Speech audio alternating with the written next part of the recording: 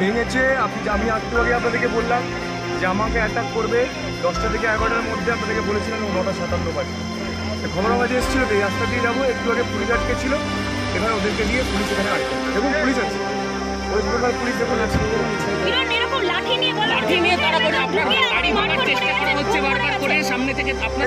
পুলিশের সামনে আছে, কেশপুর পুলিশের সামনে, কেশপুর পুলিশ সামনে হাতে লাঠি নিয়ে প্রার্থীকে অ্যাটাক করতে এসছে।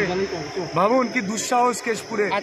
ভাবুন এটা দেখুন, বাংলা দেখুন, বাংলার মানুষ দেখে নিন কি অবস্থা চলছে। কোথায় এগোবেন কিভাবে এবার?